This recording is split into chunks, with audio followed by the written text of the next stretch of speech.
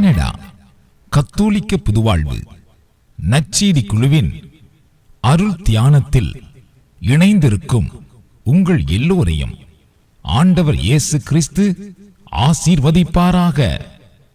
ஆமென்.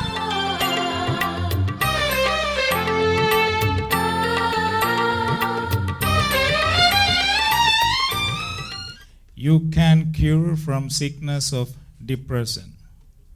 மன அழுத்த நோயிலிருந்து உங்களால் சுகம் பெற முடியும் என்ற ஒரு தலைப்பாகும். நான் மெடிக்கல் டாக்டர் இல்லை, ஆனாலும் இன்றைக்கு எதை பற்றி தியானிக்கலாம் என்று ஜெபித்த நேரத்தில் இந்த ஒரு தலைப்பு தான் எனக்கு கொடுக்கப்பட்டது. அதனாலே அதிலிருந்து சில விடயங்களை நான் ஆயத்தப்படுத்தி இருக்கிறேன். டிப்ரெஷன், அதாவது மன அழுத்தம் என்பது இன்றைக்கு பொதுவாக உலக அளவிலே பல மக்களை பாதித்து கொண்டிருக்கிற ஒரு நோயாகும். இலங்கையை எடுத்துக்கொண்டோம் என்றால் ஒரு காலத்திலே இந்த மன அழுத்தம் என்பது பெரிய அளவில் இருக்கவில்லை. ஆனால் இந்த போர் காலத்துக்கு பின்பு பல குடும்பத்தில் இருக்கிற பலரை இழந்ததினாலும் அங்கவீனமானதினாலும் பலவிதமான பொருளாதார கஷ்டங்கள் இருப்பதினாலும் அங்கு கூட இன்றைக்கு பல மக்கள் மன அழுத்தத்தினால் பாதிக்கப்பட்டு வருகிறார்கள். மேல நாடுகளிலே இந்த நோயினாலே பெரிய அளவு மக்கள் பாதிக்கப்பட்டு வருகிறார்கள். அதிலும் இன்றைக்கு இலங்கை தமிழ் மக்கள் மத்தியிலே கூட இந்த நோய் என்பது பலரை இன்றைக்கு தாக்கி வருகிறது. அதனாலே இவற்றை பற்றி நாம் சிலதை அறிந்து வைத்திருப்பது நல்லம். அதனாலே நாளைய நாட்களில் கூட நம்முடைய குடும்பங்களில் அந்த நோயிலிருந்து நம்முடைய குடும்பத்தில் உள்ளவர்களை பாதுகாப்பதற்கு நமக்கு உதவியாக இருக்கும். இந்த மன அழுத்த நோய் என்பது பெரியவர்களிலிருந்து சிறியவர்கள் வரை இன்றைக்கு தாக்குகிறது. வயது முதிர்ந்தவர்கள் தனிமையாக இருப்பதினாலும் அவர்களுக்கு உதவிக்கு யாரும் இல்லாமல் இருப்பதினாலும் அவர்கள் தாங்களாகவே ஒன்றையும் செய்ய முடியாமல் இருப்பதினாலும் இன்னொருவரிடத்திலே தங்கி இருப்பதினாலும் சுகையினம் வந்தால் அவர்களுக்கு வைத்தியசாலையிலே கொண்டே காட்டும் பொழுது லாங்குவேஜ் பிரச்சனை, மொழி பிரச்சனை இருப்பதினாலும் இங்கத்திய சில முறைகளுக்கு அவர்கள் பழக்கப்பட்டு இருக்காமல் இருப்பதினாலும் தங்களுக்குள்ளேயே தாங்கள் பல வேதனைப்பட்டு கவலைப்பட்டு அதனாலே அவர்கள் பலருக்கு இன்றைக்கு மன அழுத்தம் நோய் பாதிக்கிறது. அதுபோல வாலிப பிள்ளைகளை எடுக்கும் பொழுது வாலிப பிள்ளைகள் கூட இந்த நோயினால் அதிகமாய் பாதிக்கப்படுகிறார்கள். இலங்கை தமிழ் பிள்ளைகளை எடுத்து பார்க்கும் பொழுது என்னுடைய அனுபவத்தில் என்னுடைய பார்வையிலே கிட்டத்தட்ட ஒரு 10 ஆண்டுகளுக்கு முன்பு வாலிப பிள்ளைகள் மத்தியிலே ஆண் பெண் பிரச்சனை ஏற்படும் பொழுது அப்பொழுது அவர்கள் வன்முறையை பாவித்தார்கள். கேங் ஆக சேர்ந்து சுடுவது, அடிப்பது, வெட்டுவது என்ற ஒரு சூழல் இருந்தது. அந்த நிலையெல்லாம் பின்பு அடக்கப்பட்ட பொழுது இப்பொழுது என்னிடத்திலே நிறைய பிள்ளைகள் சபத்துக்கு வரும் பொழுது, பெற்றோர்கள் சபத்துக்கு அழைத்து வரும் பொழுது பல வாலிப பிள்ளைகள் இந்த மன அழுத்த நோயினால் தான் பாதிக்கப்படுகிறார்கள்.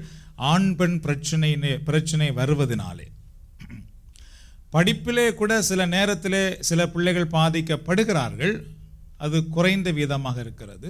ஆனால் ஓரளவுக்கு இங்கே பிறந்து வளர்ந்தவர்கள் அல்லது இங்கேயே சின்ன குழந்தையாக வளர்ந்து பருவத்துக்கு வந்தவர்கள், அவர்கள் வாழ்க்கையில் ஏற்பட்டிருக்கிற சில உறவு முறைகள் பாதிக்கப்படும் பொழுது அதனாலே அவர்கள் மன அழுத்த நோயினால் தாக்கப்பட்டு வருவதை நான் காணக்கூடியதாக இருக்கிறது. அதுக்கு பல காரணங்கள் இருக்கிறது. ஒன்று, சமூகத்திலே அதை அவர்கள் சமூகம் ஏற்றுக்கொள்ள முடியாத ஒரு சூழல், வீட்டிலே பரிமாற முடியாத நிலை, பெற்றோருக்கும் பிள்ளைகளுக்கும் மத்தியில் இருக்கின்ற ஒரு பெரிய இடைவெளி, பெற்றோர் பிள்ளைகளுடைய வாழ்க்கையை புரிந்து கொள்ள வேண்டும் என்று நினைத்தாலும் புரிந்து கொள்ள முடியாமல் இருக்கிறது. ஏனென்றால் அவர்களுடைய வாழ்க்கை கலாச்சார முறை வேறையாக இருக்கிறது. பிள்ளைகள் கூட பெற்றோரை நோகப்படுத்தக்கூடாது, பெற்றோரை துன்பப்படுத்தக்கூடாது என்று நினைத்தாலும் அவர்களுடைய வாழ்க்கை சூழலுடைய சில நிலைகள் பெற்றோரை துன்பப்படுத்தி விடுகிறது. இதனாலே பெற்றோரும் சரி பிள்ளைகளும் சரி ஒருவரை நாங்கள் தாக்கக்கூடாது என்று நினைத்தாலும் இந்த நாட்டு சூழ்நிலையினாலே அப்படிப்பட்ட சில தாக்கங்கள் வரும் பொழுது அதை நினைத்து கவலைப்படுகிற பிள்ளைகள் தங்கள் உள்ளத்திலே ஒரு மன நோயாளிகளாக மாற்றப்பட்டு விடுகிறார்கள்.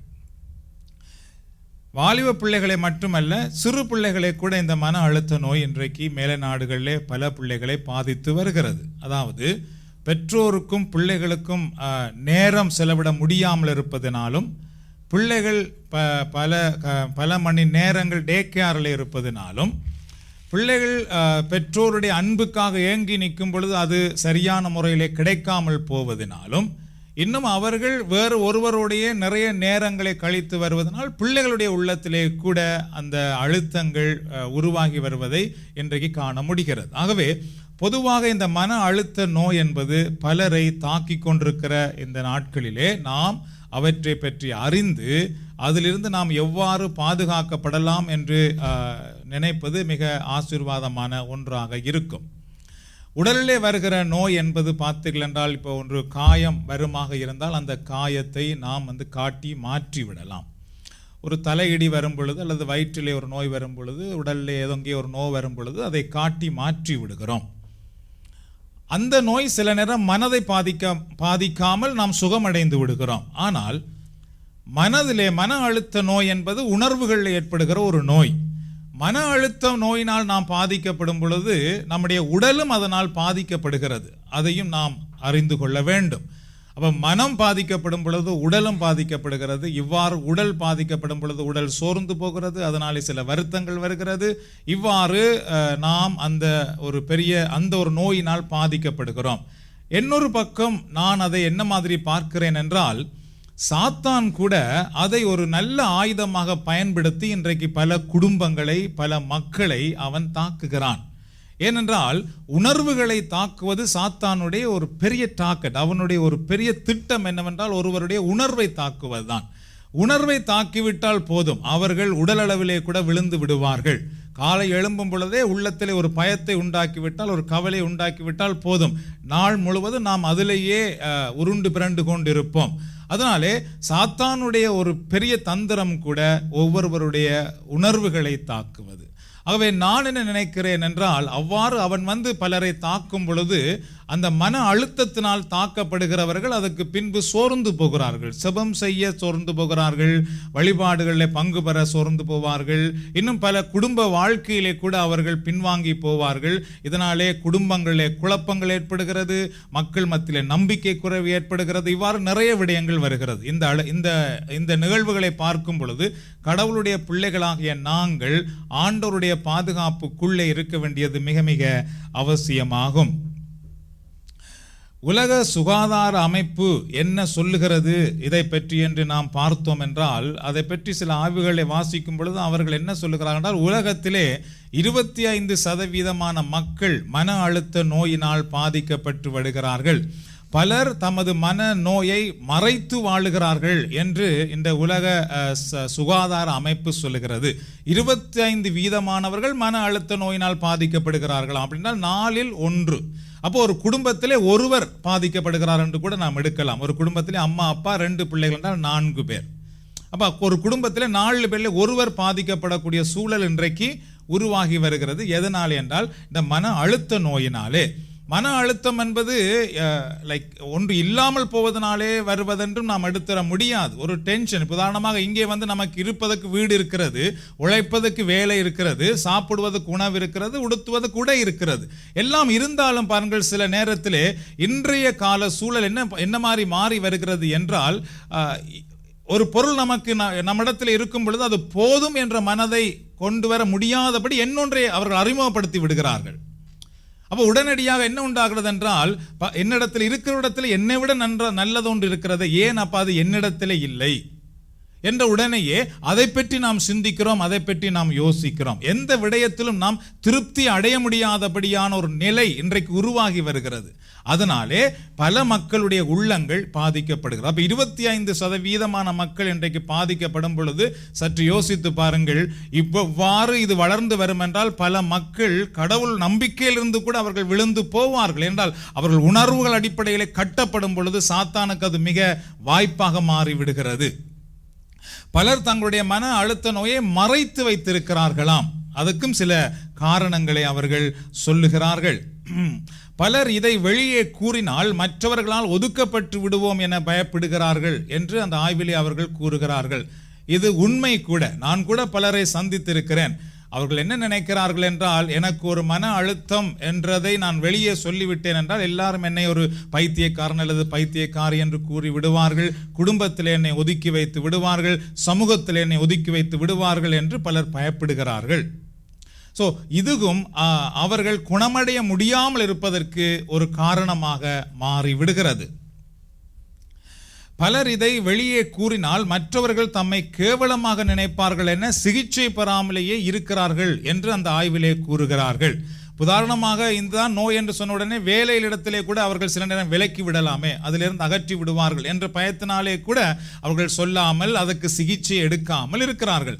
இவ்வாறு அவர்கள் சொல்லாமலும் சிகிச்சை எடுக்காமலும் இருக்கும் பொழுது அந்த நோய் மேலும் பெரிதாக வளர்ந்து வருவதற்கும் அவர்களை பாதித்து விடுவதற்கும் காரணமாகி விடுகிறது. அமெரிக்காவிலே 60% பெரியவர்களும் 50% இளைஞர்களும், அதாவது 8 வயதிலிருந்து 15 வயது வரை உள்ளவர்கள் சிகிச்சை பெறாமல் இருக்கிறார்கள் என்று இந்த ஆய்விலே சொல்லுகிறார்கள். அமெரிக்காவிலே 60% சிகிச்சை பெறாமலேயே இருக்கிறார்களாம். 50% பிள்ளைகள், வாலிப பிள்ளைகள் சிகிச்சை பெறாமல் இருக்கிறார்கள். என்றால் இதை கொண்டு போய் காட்டிவிட்டால் பிரச்சனையாகிவிடும் என்பதற்காக. உதாரணமாக குடும்பத்திலே இருக்கிற ஒரு கணவருக்கு மன அழுத்த நோய் வந்து விட்டதென்றால், எனக்கு மன அழுத்த நோய் என்று அவர் சொன்னார் என்றால் சில நேரம் அங்கு டிவோர்ஸ் வந்து விடலாம். அதுபோல பிள்ளை கூட தனக்கு மன அழுத்த நோய் என்று சொல்ல ஆரம்பித்தால் பாடசாலையிலே அவர்களை சில நேரம் ஒதுக்கி வைத்து விடலாம். இவ்வாறு இது ஒரு பெரிய பிரச்சனையாக மக்களுடைய வாழ்க்கையிலே இன்றைக்கு வந்து கொண்டிருக்கிறது. மன அழுத்த நோய்களின் அறிகுறிகள் வித்தியாசப்படுகின்றன என்று அவர்கள் சொல்லுகிறார்கள். சிலருக்கு அதிகமாக வெளியே தெரிகிறதாம், சிலருக்கு அதிகமாக தெரிவதில்லையாம், சிலர் அதிக நாட்கள் கஷ்டப்படுகிறார்களாம், சிலர் குறுகிய காலத்திலேயே சுகமடைந்து விடுகிறார்களாம்.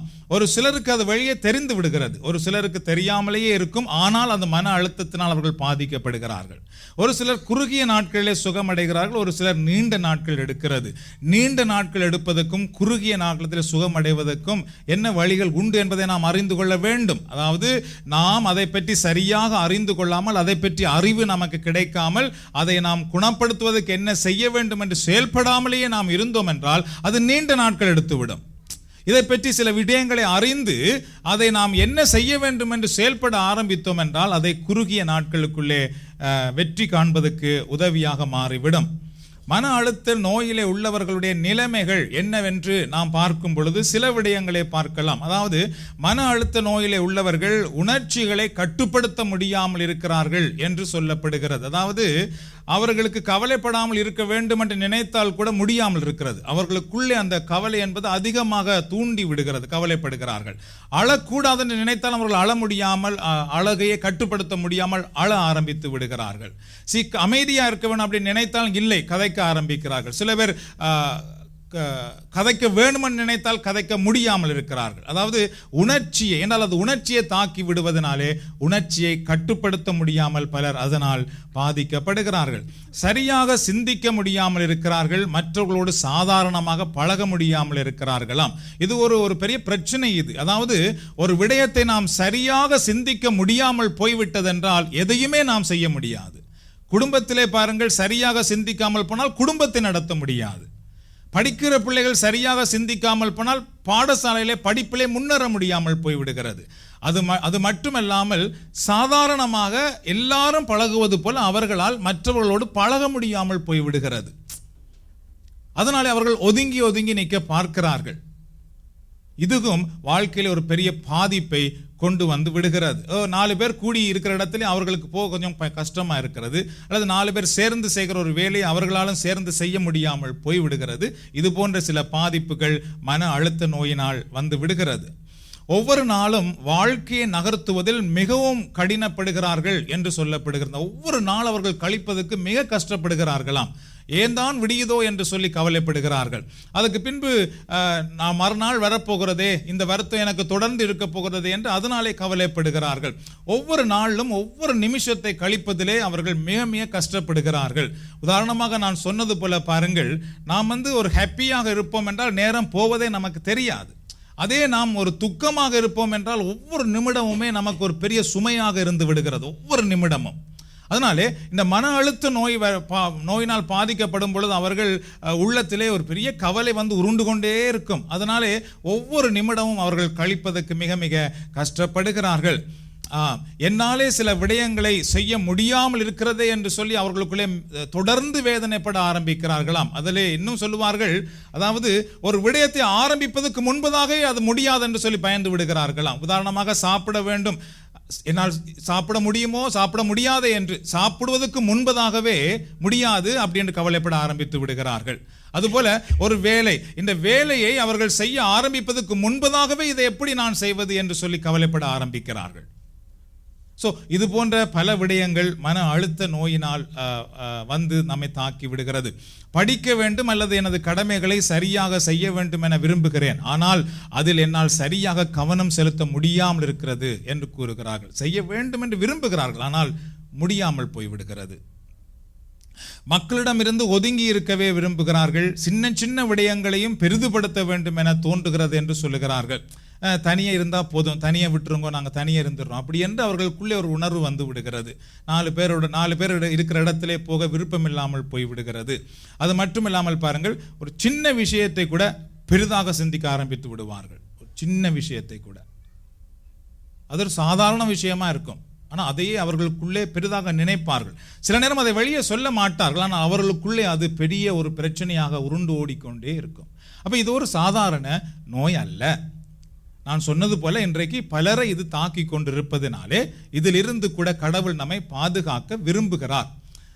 அதனாலே நாம் அதை அறிந்து அதற்காக நாம் செயல்படலாம். மற்றவர்கள் கவலைப்படாதே, இது சுகம் வந்துவிடும் என எனக்கு ஆறுதல் கூறும்போது என் மேல் அக்கறையாகத்தான் கூறுகிறார்கள் என எனக்கு தெரிகிறது. ஆனாலும் அவர்கள் எனக்கு கூறும் ஆறுதலை கேட்க எனக்கு கஷ்டமாக இருக்கிறது என்று கூறுகிறார்களாம்.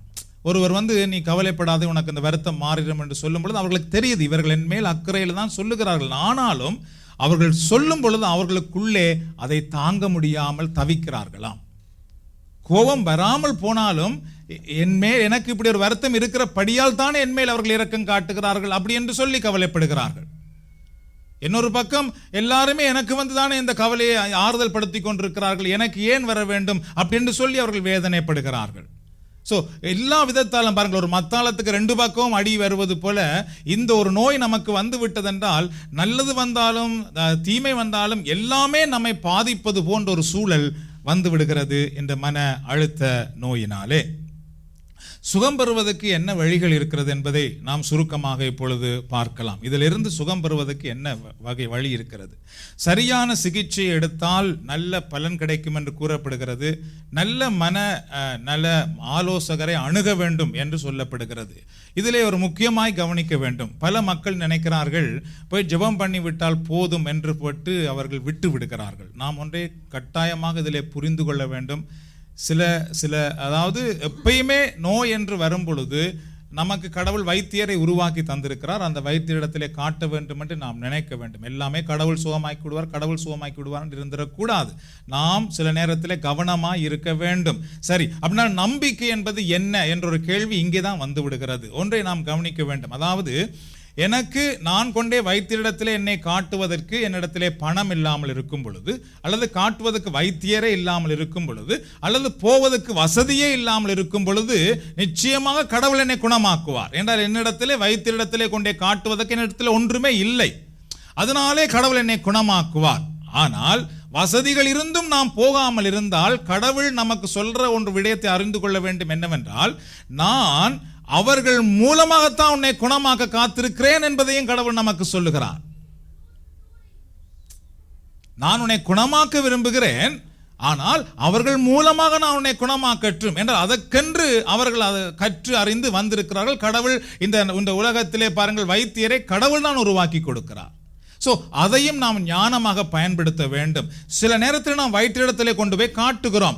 அவர்கள் நோயை கண்டுபிடிக்க முடியாமல் இருக்கும் பொழுது அல்லது அவர்கள் நீண்ட நாட்கள் எடுக்கும் பொழுது நாம் அதற்கு பின்பு ஆண்டவரோடு உடன்படிக்கை பண்ணிக்கொள்ள, ஆண்டவரே நான் கொண்டே காட்டுகிறேன், அவர்கள் கொடுக்கிற மருந்து எனக்கு சரியாக வேலை செய்கிறதில்லை, கொண்டு போய் காட்டினாலும் ஒரு பதில் கொடுக்கிறார்களே, ஆண்டவரே இப்பொழுது நான் உண்மையே நம்பியிருக்கிறேன், நீரே என்னை குணமாக்கும் என்று. அப்பொழுது கடவுள் நிச்சயமாக நம்முடைய வாழ்க்கையிலே அவர் செயல்படுவார். நாம் இதில் ஞானமாய் இருக்க வேண்டும். அதற்காக சொல்லுகிறேன். அவை நாம் வருத்தம் வரும் பொழுது அல்லது நமக்கு ஒரு பிரச்சனை வரும் பொழுது அதை காட்ட வேண்டிய இடத்திலே காட்டாமல் இருந்தால் கூட சாத்தான் அதை ஒரு தந்திரமாக பயன்படுத்தி நம்முடைய வாழ்க்கையை மேலும் அழித்து விடுவதற்கு அவன் செயல்பட்டு விடலாம்.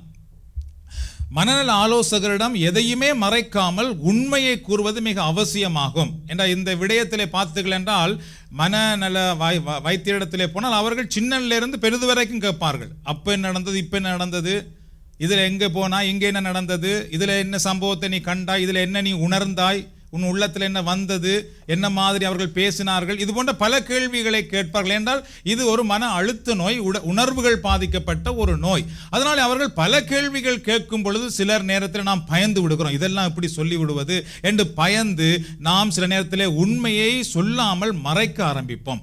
உண்மையை நாம் சொல்லாமல் போனால் வைத்தியர்களினால் சரியாக அந்த நோயை கண்டுபிடிக்க முடியாது. அதனாலே நாம் ஜெபம் பண்ணி விட்டு திறந்த மனதோடு வைத்தியரிடத்திலே நம்முடைய பிரச்சனையை பரிமாறும் பொழுது அவர்கள் சரியான ஆலோசனை சொல்வதற்கு உதவியாக இருக்கும்.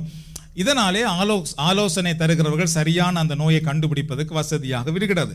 ஆலோசகரிடம் செல்லும் பொழுது நெருங்கி ஒருவரை அழைத்து செல்வது வரவேற்கத்தக்கதாகும். அதாவது நம்மோடு நன்றாக நெருங்கி பழகிற, நம்மை பற்றி நன்றாக தெரிந்த ஒருவரை அழைத்து கொண்டு போவது மிக மிக அவசியமாகும். என்றால் சில நேரத்திலே பாருங்கள், அந்த அந்த அந்த மன அழுத்தம் நமக்குள்ளே இருப்பதனாலே அவர்கள் ஒன்று கேட்ட உடனே சில நேரம் அதிலேயே நாம் உணர்ச்சி வசப்பட்டு கலங்கி அழ ஆரம்பித்து விடுவோம் அல்லது கோவப்பட ஆரம்பித்து விடுவோம். சொல்ல வேண்டியதை சரியாக சொல்ல முடியாமல் போய்விடுகிறது. அப்ப நமக்கு அருகில் இன்னொருவர் இருப்பார் என்றால் அவர்கள் அதை பற்றி சரியாக சொல்லுவதற்கு உதவியாக இருக்கும். அதனாலே நாம் அவர்களை அப்படிப்பட்ட ஒருவரை கொண்டு போக வேண்டியது மிக அவசியம் என்று அவர்கள் ஆலோசனை கொடுக்கிறார்கள். தமது நோயை பற்றி புரிந்து கொண்டவர்கள் சீக்கிரமாக சுகமடைந்து வருகிறார்கள் என்று ஆய்விலே சொல்லுகிறார்கள். அதாவது எனக்கு இதுதான் நோய், எனக்கு இதுதான் நடந்தது, இதனால தான் நடந்தது அப்படி என்று அவர்கள் புரிய ஆரம்பித்தால் அதிலிருந்து எப்படி நான் தப்பித்துக் கொள்ளலாம் அல்லது வெளியே வரலாம் என்று அவர்கள் அறிந்து கொள்வதற்கு இலகுவாகி விடுகிறதாம். ஸோ அதனாலே அவர்கள் சீக்கிரமாக சுகமடைவதற்கு வசதியாகி விடுகிறது. மறைநூல் தியானங்களை கேட்பதும் இறை புகழ்ச்சி வழிபாடுகளில் பங்கு பெறுவதன் மூலமாக இப்படிப்பட்ட நோயிலிருந்து அதிசீக்கிரமாக பலர் சுகமடைந்து வருகிறார்கள் என்று ஆய்விலே கூறுகிறார்கள். இந்த புகழ்ச்சி வழிபாடும் அதே நேரத்திலே செபமும் இது மிக முக்கியமாக பலருக்கு இது நிறைய உதவி செய்கிறது, இந்த புகழ்ச்சி வழிபாடு. அதனால தான் உண்மையிலேயே இந்த நாட்டில் எங்களுக்கு இப்படிப்பட்ட ஒரு வழிபாடு இருப்பதற்காக நாம் ஆண்டவருக்கு நன்றி சொல்ல வேண்டும். இந்த புகழ்ச்சி வழிபாட்டில் என்ன நடக்கிறது பாருங்கள், நாம் வாய்விட்டு புகழுகிறோம் ஆண்டவரை. அதாவது உணர்வுகள் பாதிக்கப்பட்டிருப்பதனாலே நம்முடைய உணர்வுகளை வெளியே கொண்டு வரும் பொழுது அதனாலேயே நாம் சுகம் பெற முடிகிறது. உணர்வுகள் வெளியே வர வேண்டும், அதுதான் முக்கியம். அதனாலதான் பாருங்கள், இப்ப கவலையில் ஒரு இருக்கும் பொழுது குளறி அழுகிறார், அழுத பின்பு அவருக்கு என்ன வருகிறது, அமைதி வந்து விடுகிறது. அழுத பின்பு என்ன உண்டாகி விடுகிறது என்றால் அந்த அழுகையோடு அந்த உணர்வுகள் வெளியே போய் விடுகிறது. அதுக்கு பின்பு யாருமே ஒன்றுமே சொல்ல, ஒரு ஆறுதல் வசனங்கள் சொல்லாமலேயே அவர்களுக்கு ஆறுதல் வந்து விடுகிறது. என்றால் அந்த உணர்வு வெளியே போய்விட்டது. கோபம் வருகிறது, பேசி விடுகிறோம், பேசின உடனே கோபம் அடங்கி விடுகிறது பாருங்கள், வெளியே வந்து விடுகிறது உணர்வு. அதுபோல இந்த புகழ்ச்சி நேரம் பாருங்கள், நாங்கள் ஆண்டவரே என்னை அன்பு செய்கிற தெய்வமே என்று சொல்லும் பொழுது நம்முடைய உணர்வு வெளியே வருகிறது. அப்ப அந்த நேரத்தில் என்ன நடக்கிறது பாருங்கள், என்னை அன்பு செய்ய யாருமே இல்லையே, நான் தனித்து போய் இருக்கிறேனே, நான் அக்கறை இல்லாமல் இருக்கிறேனே என்ற உணர்வோடு இருக்கிறவர் ஆண்டவரே நீர் என்னை அன்பு செய்வதற்காக நன்றி என்று சொல்லி அவர் கண்ணீரோடு அந்த புகழ்ச்சியிலே பங்கு பெறும் பொழுது என்ன நடக்கிறது, அந்த உணர்வு வெளியே வருகிறது. அதே நேரத்திலே பரிசுத்த ஆவியானுடைய பிரசன்னம் கூட அவர்களை குணமாக்குகிறது. இரண்டாவது பாருங்கள், புகழ்ச்சி வழிபாட்டிலே நாம் கரங்களை தட்டி இசையோடு கூட நம்மை விட்டு கொடுத்து பாடுகிறோம். இதெல்லாமே நம்முடைய உணர்வுகளிலே ஒரு பெரிய விடுதலையை கொண்டு வருகிறது. அதனால்தான் இந்த புகழ்ச்சி வழிபாடும் ஜெபமும் பல மக்கள் சீக்கிரமாக சுகமடைவதற்கு உதவியாக இருக்கிறது. அதே நேரத்தில் இறைவார்த்தை தியானங்கள், இந்த இறைவார்த்தை தியானத்திலே ஒரு பெரிய வல்லமை உண்டு பாருங்கள். வெறும் வார்த்தை வல்லமை உண்டு, அது உண்மைதான். ஆனால் மன அழுத்த நோயிலே பாதிக்கப்பட்டவர்களுக்கு இந்த வார்த்தை எவ்வாறு உதவுகிறது என்றால், இங்கிருந்து வருகிற ஒவ்வொரு விடயமும் பார்த்தீர்கள் என்றால் ஒரு ஆறுதலின் வசனங்களாக வருகிறது. ஒரு பாசிட்டிவான ஒரு நேர்மறையான சிந்தனையை கொடுப்பதாக வருகிறது. நீ பயப்படாதே, கடவுள் உன்னை கைவிட மாட்டார் என்று உடனே பாருங்கள், அவர்களுக்கு அது ஒரு பெரிய ஒரு உரத்தை, ஒரு பெரிய ஒரு சந்தோஷத்தை கொடுக்கிறது. நீ கலங்காதே, உன் கண்ணீரை கடவுள் துடைப்பார் அப்படின்னு சொன்ன உடனே அவர்களுக்குள்ளே அந்த ஒரு பெரிய ஆறுதல் வந்து விடுகிறது. என்று அவர்களுக்கு பிரச்சனை அதுதான். அதனாலே இறை வார்த்தையை அதிகமாக தியானிக்க தியானிக்க தியானிக்க அவர்கள் அந்த நோயிலிருந்து அது சீக்கிரமாக சுகமடைகிறார்கள். அதுபோல அவர்கள் ஆண்டவரை வாய்விட்டு புகழ்ந்து பாடி துதிக்கும் பொழுது அந்த நோயிலிருந்து அவர்கள் சுகமடைய முடிகிறது. நேரத்துக்கு சாப்பிடுதலும் நேரத்துக்கு உறக்கத்துக்கு செல்லுதலும் எப்பொழுதும் சுறுசுறுப்பாக இருக்க வேண்டும் என்பதை பற்றியும் இந்த நோயில் உள்ளவர்களுக்கு ஆலோசனை சொல்லப்படுகிறது. நேரத்துக்கு அவர்கள் சாப்பிட வேண்டும் என்று. நேரத்துக்கு சாப்பிட வேண்டியது எல்லாருக்குமே அவசியம்தான், நேரத்துக்கு சாப்பிடுவது. ரெண்டாவது, சரியான நேரத்துக்கு உறக்கத்துக்கு செல்லுவது, அதுவும் மிக மிக அவசியம். அதுபோல எப்பொழுதுமே கொஞ்சம் சுறுசுறுப்பாக இருக்க கற்றுக்கொள்ள வேண்டும். இந்த நோய் வரும் பொழுது நாம் சோர்ந்து போய் விடுவோம், எதுவுமே செய்ய மனம் இல்லாமல் இருக்கும், சும்மா அப்படியே ஒரு கதிரையில் இருக்கணும் போல இருக்கும், இல்லாட்டி படுக்க வேண்டும் போல இருக்கும். அதனாலே அதை நாம் தவிர்த்து ஏதாவது ஒரு வேலையை செய்ய வேண்டும் என்று நாமே திட்டமிட்டு செய்ய ஆரம்பித்தோம் என்றால் அதிலிருந்து நாம் சுகமடைவதற்கு அது நமக்கு உதவி செய்கிறது. அல்லேலூயா.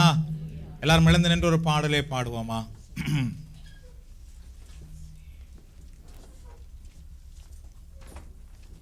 நம்ம எல்லாருக்கும் தெரிந்த பாடல், இறைவன் நமது வானக தந்தை என்ற பாடல். இயேசு கூட என்ன சொன்னார் என்றால், கவலைப்படாதீர்கள், கவலைப்படுவதனால் உங்களில் எவருமே ஒரு முழமும் கூட்டிக்கொள்ள முடியாது என்று. ஆகவே இந்த மன அழுத்த நோய்க்கு கூட கவலைகள், தனிமை இதெல்லாமே ஒரு காரணம். ஆகவே ஆண்டவர் சொல்லுகிற இந்த வார்த்தையை நம்முடைய உள்ளத்திலே உள்வாங்கி இந்த பாடல் வழியாக நம்மை ஆண்டவரிடத்தில் அர்ப்பணிக்கலாம். இறைவன் நமது வானக தந்தை, இதையுணர்ந்தாலே குளிந்திடும் சிந்தை, குறைகள் தீரும் கவலைகள் மாறும், குழம்பிய மனதில் அமைதி வந்தேறும். இறைவன் நமது வானக தந்தை, மீண்டுமாக, இறைவன் நமது வானக தந்தை, இதையுணர்ந்தாலே குளிந்திடும் சிந்தை, குறைகள் தீரும் கவலைகள் மாறும், குழம்பிய மனதில் அமைதி வந்தேறும். இறைவன் நமது வானக தந்தை. பறவைகள் விதைப்பதும் அறுப்பதுமில்லை, பத்திரப்படுத்தி வைப்பதுமில்லை. பறவைகள் விதைப்பதும் அறுப்பதுமில்லை, பத்திரப்படுத்தி வைப்பதுமில்லை. மறந்து விடாமல் அவைகளுக்குணவு, மறந்து விடாமல் அவைகளுக்குணவு வாரி வழங்கி பேணியே காக்கும், பேணியே காக்கும், பேணியே காக்கும். இறைவன் நமது வானக தந்தை. வயல்வெளி மலர்களை பாரிரவைகள் வருந்தி உழைப்பதும் நூற்பதுமில்லை. வயல்வெளி மலர்களை பாரிரவைகள் வருந்தி உழைப்பதும் நூற்பதுமில்லை. மறங்கிட வைக்கும் இவை போல் சாலமோன், மயங்கிட வைக்கும் இவை போல் சாலமோன், மன்னனும் என்றும் உடுத்தியதில்லை, உடுத்தியதில்லை, உடுத்தியதில்லை. இறைவன் நமது வானக தந்தை. இன்றைக்கு இருந்து நாளைக்கு நெருப்பில் எரியப்படும் சிறு புல்லை இவ்வாறு. இன்றைக்கு இருந்து நாளைக்கு நெருப்பில் எரியப்படும் சிறு புல்லை இவ்வாறு. நன்கு உடுத்தும் வல்ல கடவுள், நன்கு உடுத்தும் வல்ல கடவுள் நமக்கு ஏத்துணை நன்மைகள் செய்வார், நன்மைகள் செய்வார், நன்மைகள் செய்வார். இறைவன் நமது வானக தந்தை. எதனை உண்போம், எதனை குடிப்போம், எதனை உடுப்போம் என திகைக்காதீர். எதனை உண்போம், எதனை குடிப்போம், எதனை உடுப்போம் என திகைக்காதீர். முதலில் பரமனின் அரசின் நீதியை, முதலில் பரமனின் அரசின் நீதியை முனைந்து தேடிடும் சித்திக்கும் அனைத்தும், சித்திக்கும் அனைத்தும், தித்திக்கும் அனைத்தும். இறைவன் நமது வானக தந்தை. இதையுணர்ந்தாலே குளிந்திடும் சிந்தை, குறைகள் தீரும், கவலைகள் மாறும், குழம்பிய மனதில் அமைதி வந்தேறும். இறைவன் நமது வானக தந்தை. அல்லேலூயா. ஆமென். நம்ம அமைதியாக உட்காருவோம்.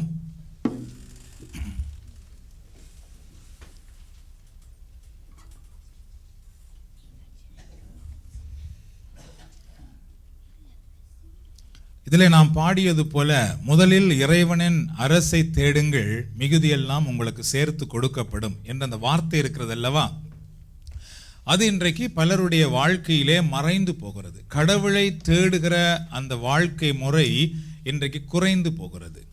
கடவுளை நாம் தேடாமல் போகும் பொழுது, கடவுள் நம்பிக்கை நமக்குள்ளே அதிகமாக வளராமல் போகும் பொழுது, உலக விடயங்கள் நம்மை பாதிப்பது இலகுவாகிவிடும். ஆகவே இன்றைக்கு பொதுவாக எல்லாருடைய வாழ்க்கையிலும் இந்த இறை நம்பிக்கை என்பது அதிகமாக குறைந்து வருகிறது. ஏனென்றால் உலகத்தில் இருந்து அவர்களுக்கு பல நன்மைகள் கிடைப்பது போல தெரிவதனாலே. ஆகவே நாம் இன்னொன்றையும் கவனித்துக் கொள்வோம், நம்முடைய குடும்பத்தை எந்த அளவுக்கு இறை நம்பிக்கைக்குள்ளே வளர்த்து வருகிறோமோ அதனாலே நாம் வீண் கவலைகளிலிருந்து, வீண் குழப்பங்களிலிருந்து, வீண் பிரச்சனைகளில் இருந்து கூட தப்பித்து வாழ்வதற்கு வசதியாகி விடுகிறது.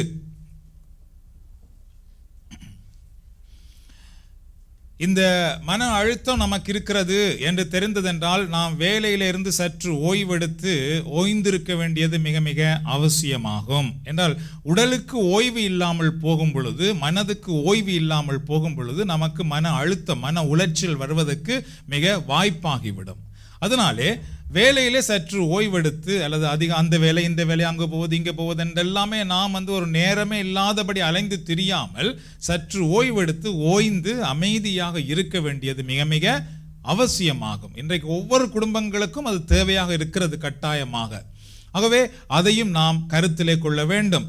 ஆரோக்கியமான உணவு வகைகளை உட்கொள்ள வேண்டியது அதுவும் மிக மிக அவசியம். எந்த நேரமுமே கடையில வேண்டி சாப்பிட்டு கொண்டிருக்க கூடாது. பல குடும்பங்கள் கடை சாப்பாட்டோடையே போய் கொண்டிருக்குது. ஒவ்வொரு நாளும் கடையிலே சாப்பாடு எடுக்கிறார்கள். ஏனென்று கேட்டால் நேரம் இல்லை என்கிறார்கள், கரண்ட் காசு குறையுது என்கிறார்கள், டேஸ்டாக இருக்கிறது என்கிறார்கள், தண்ணி செலவு குறையுது என்கிறார்கள், கழுவு ஒன்றும் தேவையில்லை, சாப்பிட்டு அப்படியே காபேஜில் போட்டுடலாம் என்று. இதுபோல் நிறைய கருத்துக்கள் சொல்லுகிறார்கள். அங்கெல்லாம் நாம் எங்கட வீட்டுக்கு பக்கத்தில் இருக்கிற கடைகள்லாம் போய் பார்த்தால் பெரிய லைனே நிற்குது. ஒவ்வொரு நாளும் காலம்பிலிருந்து பின்னேறம் வரையும் லைன் தான் நிற்குது. அப்போ அவர்கள் வீட்டிலேயே சமைப்பதில்லை போல தெரிகிறது. ஆகவே அது அவ்வளவு நல்லமல்ல. அது எல்லாமே ஒரு நேரம் வந்த உடனே அது நம்மை தாக்கி விடுகிறது. அதனாலே அங்கு அதை நாம் கவனித்துக் கொள்ள வேண்டும். போன முறை ஒரு சிரிப்பு கதை ஒன்று அதை சொல்லிவிடுகிறேன். மிசிசாகாவிலே பர்ட்டீஸ் கொடுத்தார்கள் கூட்ட முடிய. அது கொஞ்சம் அதிகமாக இருந்தது, கொஞ்சம் மிஞ்சிட்டு அதில். அப்போ அதை யார் இதை யாராவது கொண்டு போய் சாப்பிடுங்கோன்னு அப்படின்னு கேட்ட பொழுது அங்கே ஒருவர் சொன்னார், என்ன தெரியுமா, கொண்டே டீப் ஃப்ரீசரில் வச்சுட்டு பசி வார நேரம் எடுத்து சாப்பிட்டு அமுத மாதிரி இருக்குமா. எது அந்த பட்டிஸ். அப்ப அவர் வந்து அப்படிதான் செய்கிறாராம். அதனாலே அது அமிர்தமாக தான் இருக்கும் அந்த நேரம். அதுக்கு பிறகு அது பெரிய பாதிப்புகளை கொண்டு வந்து விடுகிறது. அதனாலே சத்தான உணவுகளை, நல்ல ஆரோக்கியமான உணவுகளை நாம் சாப்பிட வேண்டும் அந்த நேரத்தில். அது நம்முடைய உடலுக்கு கொஞ்சம் பலனை தந்து விடுகிறது. உதாரணமாக ஒரு சில மாதங்களுக்கு முன்பு ஒரு கப்பிள்ஸ் என்னிடத்திலே வந்தார்கள். அதிலே அந்த சகோதரி சரியாக இந்த மன அழுத்த நோயினால் பாதிக்கப்பட்டிருந்தார்கள். அதனாலே அவர்கள் நிறைய கஷ்டப்பட்டார்கள். அந்த கணவரை பற்றி கண்டதெல்லாம் குறை சொல்லி கொண்டே இருந்தார்கள்.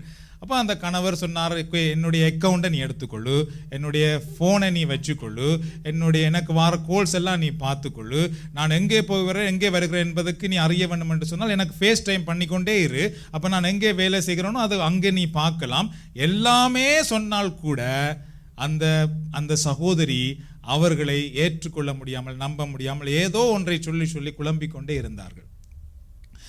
என்னிடத்தில் ஆலோசனைக்கு வந்தார்கள், ஜெபித்தேன். ஆனாலும் அவர்களுக்கு முக்கியமாக நான் சொன்னது என்னவென்றால், முதல்ல நீங்கள் ஓய்வெடுத்து நல்ல உணவு சாப்பிட வேண்டும். வருத்தம் சுகமடைய வேண்டும் என்று நீங்கள் விரும்பினால் கட்டாயமாக முதல்ல நன்றாக ஓய்வெடுத்து நல்ல உணவு சாப்பிடுங்கள் என்று. ஏனென்றால் அவர்களுடைய உடல் அதிக பலவீனமாகவே போயிருந்தது. ஒரு தண்ணி கிளாஸை கையிலே வைத்திருப்பதுக்கு கூட அவர்களுக்கு கொஞ்சம் கஷ்டமாக இருப்பது போல தெரிந்தது. எனிவே, இது போல நமக்கு சில உணவு, நல்ல சத்தான உணவு சாப்பிடும் பொழுது நம்முடைய உடல் ஆரோக்கியம் அடைகிறது. தனிமையை தவிர்த்து கொள்ள நாம் முயற்சி செய்ய வேண்டும். ஏன்னா இது தனிமையை தேடி செல்லும். இந்த வருத்தம் தனிமையாக இருக்க வேண்டும் என்று தான் சொல்லும். ஆகவே நாம் அந்த தனிமையை தேடி செல்லாமல் எப்படியாவது நாம் ஆக்களோடு இருப்பதற்கு முயற்சி செய்ய வேண்டும். இப்படி கூட்டங்களுக்கு வரலாம், அல்லது மோலுக்கு போகலாம், அல்லது வெளியிலே நடக்க போகலாம். தனிமையை நாம் தவிர்த்து கொள்ள வேண்டும். கட்டாயமாக தவிர்க்க அந்த நோயிலிருந்து நாம் சுகமடைய முடிகிறது. அதுபோல உடல் பயிற்சி மிக மிக அவசியமாகும். உடல் பயிற்சி வீட்டுக்குள்ளே அல்லது வெளியிலே சென்று உடல் பயிற்சி செய்வதன் மூலம் இரத்த ஓட்டம் ஓட ஆரம்பிக்கிறது. இதனாலே நம்முடைய உடலுக்கு ஒரு நல்ல சுகம் உண்டாகிறது. சரி, இப்போ இதெல்லாம் ஏன் நான் இதெல்லாம் இன்றைக்கு சொல்லி கொண்டிருக்கிறேன் என்றால், என்ன இது இறைவார்த்தை இருந்து போதிக்காமல் இது ஒரு மெடிக்கல் டீச்சிங் நடக்குது அப்படின்னு நினைத்திடக்கூடாது. இதுவும் கட்டாயமாக நமக்கு தேவை. என்றால் சில நோய்களை கடவுள் எவ்வாறு குணமாக்குகிறார் என்றால் இந்த விடயங்களாலே தான் அவர் குணமாக்க முடியும். அவர் தன்னுடைய வார்த்தையை அனுப்பி குணமாக்குகிறார், வல்லமையினால் குணமாக்குகிறார். பட் அதே நேரத்திலே இப்படியான சில விடயங்களையும் நாம் கவனிக்க வேண்டும்.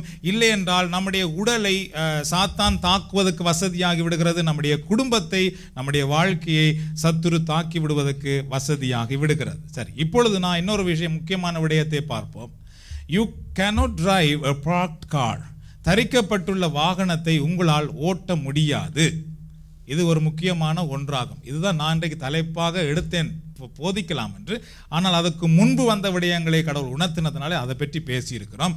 இதையும் அதோடு சேர்த்து நாம் செபித்து முடிக்க போகிறோம். அதாவது ஒரு கார் பார்க் பண்ணி இருந்தால் அதை யாராலும் ஓட்ட முடியாது. அதுபோல நம்முடைய வாழ்க்கையிலே கூட கடவுள் நாம் என்ன செய்ய வேண்டும் என்று சொல்லுகிறாரோ அதை செய்வதற்கு நாம் முன்கால் வைக்கும் வரைக்கும், அல்லது அதை செய்ய ஆரம்பிக்கும் வரைக்கும், அதுக்கு நம்மை விட்டு கொடுக்கும் வரைக்கும் கடவுளால் நம்மை எந்த விதத்திலுமே வழிநடத்த முடியாது, குணமாக்க முடியாது, விடுதலை தர முடியாது. ஏனென்றால் நாம் பாக் பண்ணப்பட்டு போய் நிற்கிறோம். இந்த மன அழுத்த நோய் கூட அப்படி ஒரு பாக் போல நம்மை அப்படியே ஒரு இடத்துல தரிக்க வைத்து விடும், ஒதுங்கி இருக்க வைத்து விடும், முன்னுக்கு போக விடாமல் வைத்து விடும், உள்ளத்திலே சோர்வை கொடுத்து விடும். அப்ப நாம் ஒரு பார்க் பண்ணப்பட்டிருக்கிற வாகனத்தை போல இருந்து விடுகிறோம். அது ஓட வேண்டும் நினைக்கிறது முடியாமல் இருக்கு. என்றால் அது பார்க் பண்ணப்பட்டிருக்குது. நான் குணமடைய வேண்டும் விரும்புகிறேன், முடியாமல் இருக்கு என்றால் அங்கே பார்க் பண்ணப்பட்டிருப்பதனாலே. அதுபோல நாம் நம்முடைய வாழ்க்கையிலே முன்னேறி செல்ல வேண்டும், விடுதலை பெற வேண்டும், சந்தோஷமா இருக்க வேண்டும் நாம் விரும்புகிறோம் என்றால் நம்முடைய காரை நாம் பார்க்கிங்ல இருந்து டிரைவுக்கு மூவ் பண்ணணும். மூவ் பண்ணினா தான் அந்த வாகனம் ஓட முடியும். சில பேருக்கு மூவ் பண்ணவே மாட்டார்கள். எத்தனை பேர் சொன்னாலும் இல்லை, நான் சொல்லுவதான் சரி, நான் நினைப்பதான் சரி அப்படின்னு அங்கேயே பிடித்து கொண்டு நிற்கிறார்கள். அப்படி இருந்தால் ஒன்றுமே செய்ய முடியாது. அதனாலதான் இங்கே கூட வைத்தியசாலையிலே பாருங்கள், பெரிய வெட்டுவார்கள் உடம்பிலே, அடுத்த நாள் எழும்பி நட என்று சொல்லுகிறார்கள். இதே வீட்டில் என்றால் சின்ன கத்தி தான் வெட்டி இருக்கும். அதுக்கு 1 month ரெஸ்ட். அதையே காட்டி அதையே பார்த்து கொண்டிருப்போம். அது என்னவே சிதல் கூட்டி பெருசாகிவிடும். ஆனால் வைத்தியசாலையிலே பெரிய வெட்டை வெட்டிட்டு எழும்பி நட என்று அவர்கள் முயற்சி செய்து நடக்க வைக்கிறார்கள். ஏனென்றால் அவர்களுக்கு தெரியும், அப்போதான் நாம் மனதிலே கூட நமக்குள்ளே ஒரு உணர்வு வருகிறது, உடலும் அசையும் பொழுதுதான் சுகம் அடைகிறது என்று சொல்லி. ஆகவே அது போல தான் நாம் பாக் பண்ணி இருக்கக்கூடாது. ஒரே இடத்தில் இல்லாமல் அசைய ஆரம்பிக்கும் பொழுது, டிரைவுக்கு வரும் பொழுதுதான் கடவுளால் நம்மை வழி நடத்த முடிகிறது. You need to be moving if you want God to show you which way to go. நீங்கள் எந்த வழியிலே போக வேண்டும் என கடவுள் உங்களுக்கு வழியை காட்ட வேண்டுமானால் நாம் என்ன செய்ய வேண்டுமாம்? நகர ஆரம்பிக்க வேண்டும், டிரைவுக்கு கொண்டு வர வேண்டும். நாம் அப்படியே ஒன்றுமே செய்யாமல் இருந்து கொண்டு ஆண்டவரை என்னை குணமாக்கும், ஆண்டவரை என்னை விடுதலையாக்கும், ஆண்டவரை என்னை ஆசீர்வதியும், ஆண்டவரை என்னை அங்கு கொண்டு போற இங்கு கொண்டு வரும் என்றால் கடவுளால் ஒன்றும் செய்ய முடியாது என்றால் அது பாக் பண்ணி இருக்குது. நாம் டிரைவுக்கு கொண்டு வந்து, ஆண்டவரே இதோ என்னை உம்முடைய கரங்களை அர்ப்பணிக்கிறேனப்பா, இன்றைக்கு இந்த வார்த்தையின் மூலமாக அல்லது இதன் மூலமாக என்னோடு பேசியிருக்கிறீரே, அதை செய்வதற்கு என்னை அர்ப்பணிக்கிறேன், நீரே என்னை வழி நடத்தும் என்று சொல்லி நம்மை விட்டு கொடுக்கும் பொழுதுதான் கடவுள் நம்மை வழி நடத்த முடியும். ஆண்டவரே இன்றைக்கு நான் வைத்திய இடத்திலே போகிறேன், நீர் அவர் மூலமாக எனக்கு சொல்ல வேண்டியதை சொல்லும், அது தர வேண்டியதை தாரும், சரியாக என்னுடைய நோயை கண்டுபிடிப்பதற்கு நீர் உதவி செய்யும் ஆண்டவரே என்று ஜெபம் பண்ணிவிட்டு நாம் போவோம் என்றால் கடவுள் அங்கு செயல்படுகிறார். நாம் போகாமலேயே தரித்திருப்போம் என்றால் கடவுளால் ஒன்றும் செய்ய முடியாது. நாம் எங்கு போக வேண்டும் என்று விரும்புகிறோமோ அங்கு போறதுக்கு கடவுள் உதவி செய்ய வேண்டும் என்றால் நாம் நிச்சயமாக நம்மை விட்டு கொடுக்க வேண்டும், நிலையிலிருந்து நாம் நகர ஆரம்பிக்க வேண்டும். If you are moving, God can give you direction. நீங்கள் நகர்ந்தால் கடவுளால் பாதையை காட்ட முடியும். நகர ஆரம்பித்தால் போதும், கடவுள் என்ன செய்வார் என்றால், அந்த பக்கம் போ, இந்த பக்கம் போ, நேரா போ, எங்கு போகாதே, இந்த இடத்துல சற்று நேரம் நில்லு என்று அவர் நமக்கு சொல்ல ஆரம்பிப்பார். இல்லாமல் போனால் அவரால் ஒன்றுமே செய்ய முடியாது.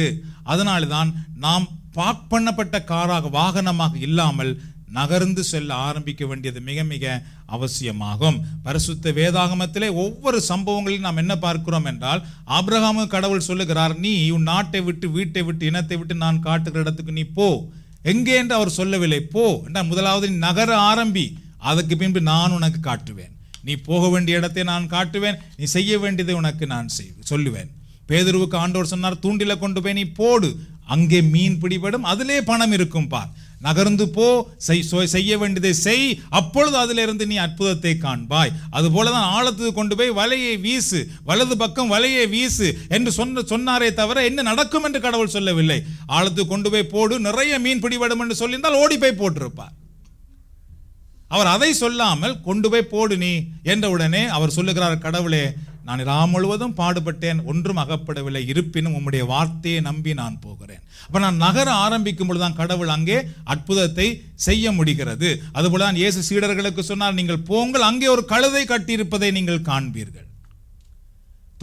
தொழுநோயிலே உள்ளவர்களுக்கு சொன்னார், நீங்கள் போங்கள், போகும் பொழுது நீங்கள் சுகமடைவீர்கள், நீங்கள் குருவிடத்திலே கொண்டே காட்டுவதற்காக போங்கள், சுகமடைவீர்கள். ஆகவே அதுபோல நாம் நம்முடைய வாழ்க்கையிலே அதாவது நகர ஆரம்பிப்போம், காலை எடுத்து வைக்க ஆரம்பிப்போம், ஜெபத்தோடு செயல்பட ஆரம்பிப்போம். கடவுள் அங்கிருந்து நம்மை வழி நடத்துவார். எங்கு போகணும், என்ன செய்ய வேண்டும் என்று நமக்கு ஆலோசனை தந்து அவர் வழி நடத்த வல்லவராக இருக்கிறார். அல்லேலூயா. கரங்களை தட்டி ஆண்டவருக்கு நன்றி செலுத்துவோமா. நாம் ஜெபிப்போம். எல்லாரும் எழுந்து நின்று ஆண்டவருடைய கரங்களை ஒப்புக் கொடுப்போம். நம் ஆண்டவர் நல்லவர். இன்றைக்கு ஆண்டவர் இந்த தலைப்பின் மூலமாக நம்மோடு பேசி இருக்கிறார் என்றால், இப்படிப்பட்ட இந்த மன அழுத்த நோய் நம்மை, நம்முடைய குடும்பத்தை, நம்முடைய பிள்ளைகளை பாதிக்காமல் இருப்பதற்கு இறைவன் நமக்கு துணையாக இருக்கிறார். அவரே நமக்கு கற்றுக் கொடுக்கிறார். ஆகவே அந்த படிப்பினைகளோடு இந்த நேரத்திலே ஆண்டவருடைய ஆசீர்வாதத்தை பெற்றுக்கொள்வதற்காக நம்மை அர்ப்பணிப்போம். நான் உனக்கு போதித்து நடக்கும் பாதையை நாள்தோறும் காட்டுவேன், காத்திரு மகனே. நான் உனக்கு போதித்து நடக்கும் பாதையை நாள்தோறும் காட்டுவேன், காத்திரு மகளே. நான் உனக்கு போதித்து நடக்கும் பாதையை நாள்தோறும் காட்டுவேன், பயப்படாதே. நான் உனக்கு போதித்து நடக்கும் பாதையை நாள்தோறும் காட்டுவேன், பயப்படாதே. உன்மேல் என் கண் வைத்து ஆலோசனை சொல்லுவேன். உன்மேல் என் கண் வைத்து ஆலோசனை சொல்லுவேன். அறிவுரை நான் கூறுவேன், உனக்கு நான் கூறுவேன். லோருமாக நான் உனக்கு போதித்து நடக்கும் பாதையை காத்திரு மகளே. ஈசாக்கு விதை விதைத்து 100 மடங்கு அறுவடை செய்தான். ஈசாக்கு விதை விதைத்து 100 மடங்கு அறுவடை செய்தான். உன்னையும் ஆசீர்வதிப்பேன், அதுபோல் உன்னையும் ஆசீர்வதிப்பேன். லோருமாக நான் உனக்கு போதித்து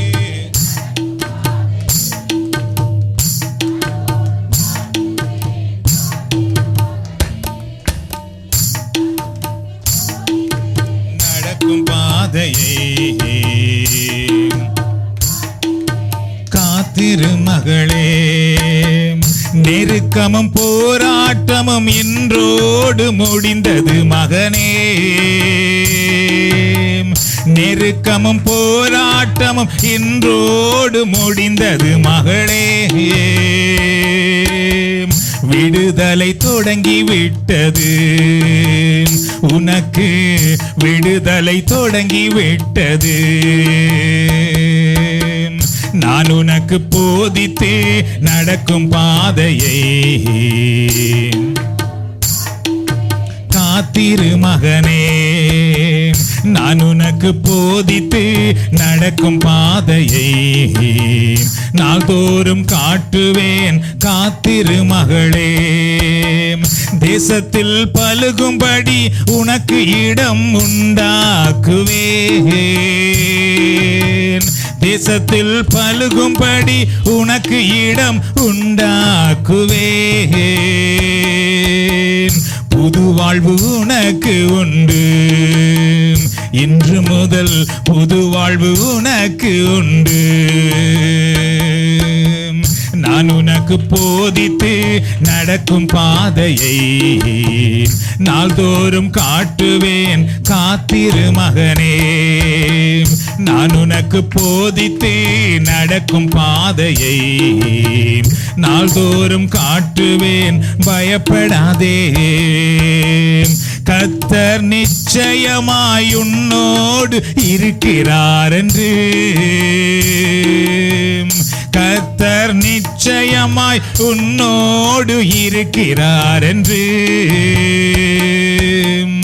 அநேகர் அறிந்து கொள்வார்கள். இது முதல் அநேகர் அறிக்கை செய்வார்கள். ஒருமாக நான் உனக்கு போதித்து நடக்கும் பாதையை நாள்தோறும் காட்டுவேன், காத்திரு மகனே. நான் உனக்கு போதித்து நடக்கும் பாதையை நாள்தோறும் காட்டுவேன், பயப்படாதே. உன்மேலன் கண் வைத்து ஆலோசனை சொல்லுவேன். உன்மேலன் கண் வைத்து ஆலோசனை சொல்லுவேன். அறிவுரை நான் கூறுவேன், உனக்கு அறிவுரை நான் கூறுவேன். நான் நான் உனக்கு போதித்து நடக்கும் பாதையை நாள்தோறும் காட்டுவேன், காத்திரு மகனே. நான் உனக்கு போதித்து நடக்கும் பாதையை நாள்தோறும் காட்டுவேன், பயப்படாதே.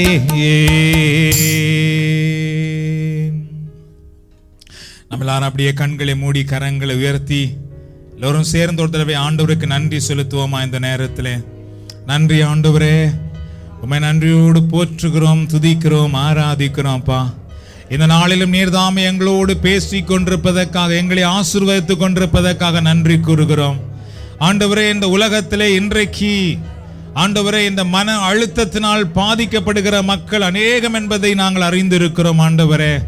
இந்த நோய் எங்கள் குடும்பங்களையும் எங்கள் குடும்பத்திலே உள்ளவர்களையும் பாதிக்காதபடி நீர்தாமே எங்களை காக்கும் கடவுளா இருக்கிறீரே, அதற்காக நாங்கள் உமக்கு நன்றி கூறுகிறோம்.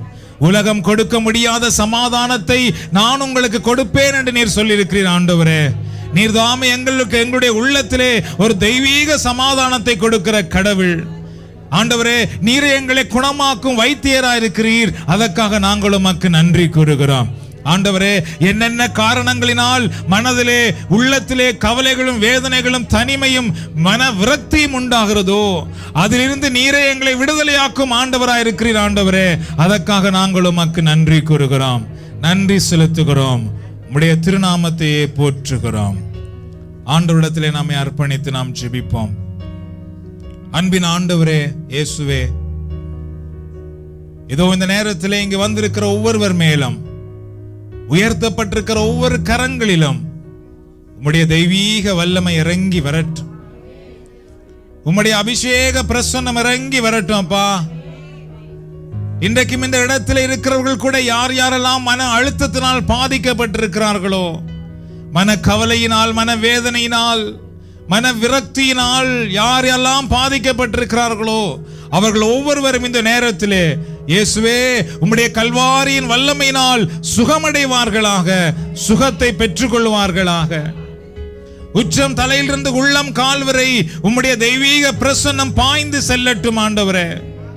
உம்முடைய வல்லமை ஒவ்வொரு நரம்புகளையும் நாளங்களையும் உணர்வுகளையும் குணமாக்கும்படி நாங்கள் மன்றாடுகிறோம். பொல்லாத சத்துரு யார் யாரையெல்லாம் பயத்தினாலும் கவலையினாலும் மன விரக்தியினாலும் மனச்சோர்வினாலும் கட்டி வைத்திருக்கிறானோ, இயேசுவின் நாமத்தினால் எல்லா விதமான அந்தகார வல்லமைகளும் இப்பொழுது ஒவ்வொரு உடலை விட்டு உள்ளங்களை விட்டு அகன்று போகும்படி நாங்கள் கட்டளையிடுகிறோம். இயேசுவின் திரு இரத்தத்தின் வல்லமையினால் ஒவ்வொரு உடலும் உள்ளமும் உணர்வுகளும் சுகமடையட்டும். இந்த நேரத்திலே சுகமடையட்டும் அப்பா. ஆண்டவரே, அன்றைக்கு அன்னாள் என்ற பெண் உள்ளத்திலே இருந்த கவலையினால் சாப்பிட முடியாமல் உறங்க முடியாமல் எப்பொழுதும் அழுது கொண்டே இருந்தாள் என்று நாங்கள் வாசிக்கிறோம். எப்பொழுது உம்முடைய சன்னிதானத்திலே வந்து தன்னுடைய வேதனைகள் எல்லாம் அவள் உம்முடைய பாதத்திலே அழுகை மூலமாக கொட்டினாலோ அந்த நேரத்திலே நீர்தாமே இறைவாக்கினர் வழியாக கொடுத்த வார்த்தையினால் அவளுக்கு பூரண விடுதலையை கொடுத்தீர், உள்ளத்திலே சமாதானத்தை கொடுத்தீர், அவள் உறங்குவதற்கு உறக்கத்தை கொடுத்தீர், மகிழ்ச்சியா இருப்பதற்கு மகிழ்ச்சியை கொடுத்தீர்.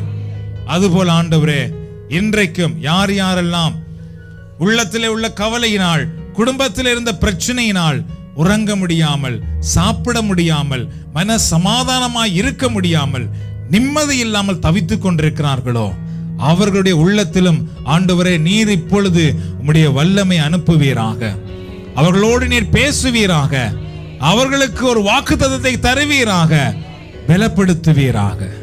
இன்றில் இருந்து அந்த அன்னாளை போல இவர்களும் சுகமடைந்தவர்களாக, மகிழ்ச்சி நிறைந்தவர்களாக, விடுதலை அடைந்தவர்களாக இருக்கட்டும். ஆண்டவரே, இங்க வந்திருக்கிற குடும்பங்களிலே எந்தெந்த பிள்ளைகள் இந்த மன அழுத்த நோயினால் பாதிக்கப்பட்டிருக்கிறார்களோ அவர்களுக்காக நாங்கள் ஜெபிக்கிறோம். ஆண்டவர் தாமே அந்த பிள்ளைகளை எல்லாம் நீர் சுகமாக்கும். அவர்களுடைய எதிர்காலங்கள் பிரகாசமாய் இருப்பதற்கு, அவருடைய எதிர்காலங்கள் உயர்ந்த நிலைக்கு வருவதற்கு இந்த நோயிலிருந்து ஒவ்வொரு பிள்ளைகளுக்கும் விடுதலை தருவீராக. ஆண்டவரே, நாங்கள் ஜெபித்துக் கொண்டிருக்கிற இந்த நேரம் தாமே இங்கு வந்திருக்கிற குடும்பங்களில் இப்பொழுது யார் யாரெல்லாம் மன அழுத்த நோயினால் பாதிக்கப்பட்டிருக்கிறார்களோ அவர்கள் மேல் ஒரு வல்லமை இறங்கி வரட்டும். அவர்கள் மேல் ஒரு அபிஷேகம் இறங்கி வரட்டும். அவர்கள் மேல் ஒரு விடுதலையின் பிரசன்னம் இறங்கி வரட்டும். இப்பொழுதே அவர்களும் சுகமடையற்றும், விடுதலையை பெற்றுக் கொள்ளட்டும். அப்பா, இரக்கமுள்ள ஆண்டவரே, அன்றைக்கு நீர் பேதுருவை பார்த்து கூறினீர், ஆபிரகாமுக்கு கூறினீர், அதுபோல இங்கே வந்திருக்கிற நமக்கும் கூறுகிறீர், புறப்பட்டு போங்கள், செயல்பட ஆரம்பியுங்கள், அப்பொழுது நான் உங்களை வழிநடத்துவேன் என்று. ஆகவே இன்றைக்கு இந்த இடத்திலே வந்திருக்கிறவர்கள் தங்கள் வாழ்க்கையில எதையெல்லாம் செய்ய ஆரம்பிக்கிறார்களோ அதிலெல்லாம் உம்முடைய ஆசீர்வாதம் நிறைவாய் இருப்பதாக. செய்கிற ஒவ்வொரு விடயத்திலும் நீர் அவர்களோடு இருந்து ஆலோசனை கொடுத்து எங்கு செல்ல வேண்டும், எதை பேச வேண்டும், எதை செய்யக்கூடாது என்றெல்லாம் நீரே சொல்லிக் கொடுத்து நீர் வழி நடத்துவீராக. இவர்களுடைய வாழ்க்கை பயணத்துக்கு முன்னாக நீரே சென்று ஆண்டவரை பாதைகளை செம்மைப்படுத்தி கதவுகளை திறந்து கரடு முரடுகளை அகற்றி வெற்றியோடு வழிநடத்தி செல்லுவீராக. இவர்கள் தங்களுடைய வாழ்க்கைக்கென்றும் தங்களுடைய குடும்பத்துக்கென்றும் தங்களுடைய பிள்ளைகளுக்கென்றும் செய்கிற ஒவ்வொரு விடயங்களையும் ஆண்டவர் நிறைவாக ஆசீர்வதிப்பீராக. நன்றி இயேசுவே, எங்கள் ஜெபங்களை கேட்பதற்காக நன்றி கூறுகிறோம். இணையதளத்தில் இப்பொழுது இணைந்திருக்கிறவர்களுக்காக ஒரு தடவை நாம் ஜெபிப்போமா? அன்பின் ஆண்டவரே, இந்த தியானத்தை உலகத்திலே எந்த பகுதியில் இருந்து இப்பொழுது இவர்கள் கேட்டுக்கொண்டிருந்தாலும், இவர்கள் கூட இவர்களுடைய குடும்பத்தில் உள்ளவர்கள் கூட இந்த மன அழுத்த நோயினால் பாதிக்கப்பட்டிருந்தால், ஆண்டவர் இயேசு கிறிஸ்துவின் நாமத்தினால் அவர்களும் இப்பொழுது பூரண சுகத்தை பெற்றுக் கொள்ளட்டும். உம்முடைய திருநாமம் மகிமை அடைவதாக. நன்றி இயேசுவே. எல்லாரும் சேர்ந்து ஒரு தடவை ஆண்டவருக்கு நன்றி செலுத்துவோமா? நன்றி ஆண்டவரே, நன்றி சொல்லுகிறோம், நன்றி சொல்லுகிறோம், நன்றி சொல்லுகிறோம். உம்முடைய திருநாமத்துக்கே நன்றி சொல்லுகிறோம். எங்களை ஆசீர்வதிப்பதற்காக நன்றி, எங்களை குணமாக்குவதற்காக நன்றி, எங்களுக்கு விடுதலை தருவதற்காக நன்றி. ஆண்டவரே, இந்த நேரத்தில் எங்கள் உணர்வுகள், எங்களுடைய உடலை நீர் தொடுவதற்காக நன்றி. எங்கள் குடும்பத்தில் உள்ளவர்களை தொட்டு ஆசீர்வதிப்பதற்காக நன்றி. பெரியவர்களையும் வாலிபர்களையும் சிறுவர்களையும் நீர் ஆசீர்வதிப்பதற்காக நன்றி கூறுகிறோம். ஆண்டவரே, நன்றி செலுத்துகிறோம். Praise you, Jesus. Hallelujah. நன்றி கீதம் பாடுவோம், நன்றி கீதம் பாடுவோம், நன்றி கீதம் பாடுவோம், நன்றி கீதம் பாடுவோம். எமது குறையை தீர்த்தகும் கருணை, உமது நிறைவை ஈந்தகும் பெருமை. எமது குறையை தீர்த்தகும் கருணை, உமது நிறைவை ஈந்தகும் பெருமை. அனைத்தும் போற்றி வானவரோடு ஆலயத்தில் நன்றி பாடிடுவோம், ஆலயத்தில் நன்றி பாடிடுவோம். நன்றி கீதம் பாடுவோம், நன்றி கீதம் பாடுவோம், நன்றி கீதம் பாடுவோம், நன்றி கீதம் பாடு.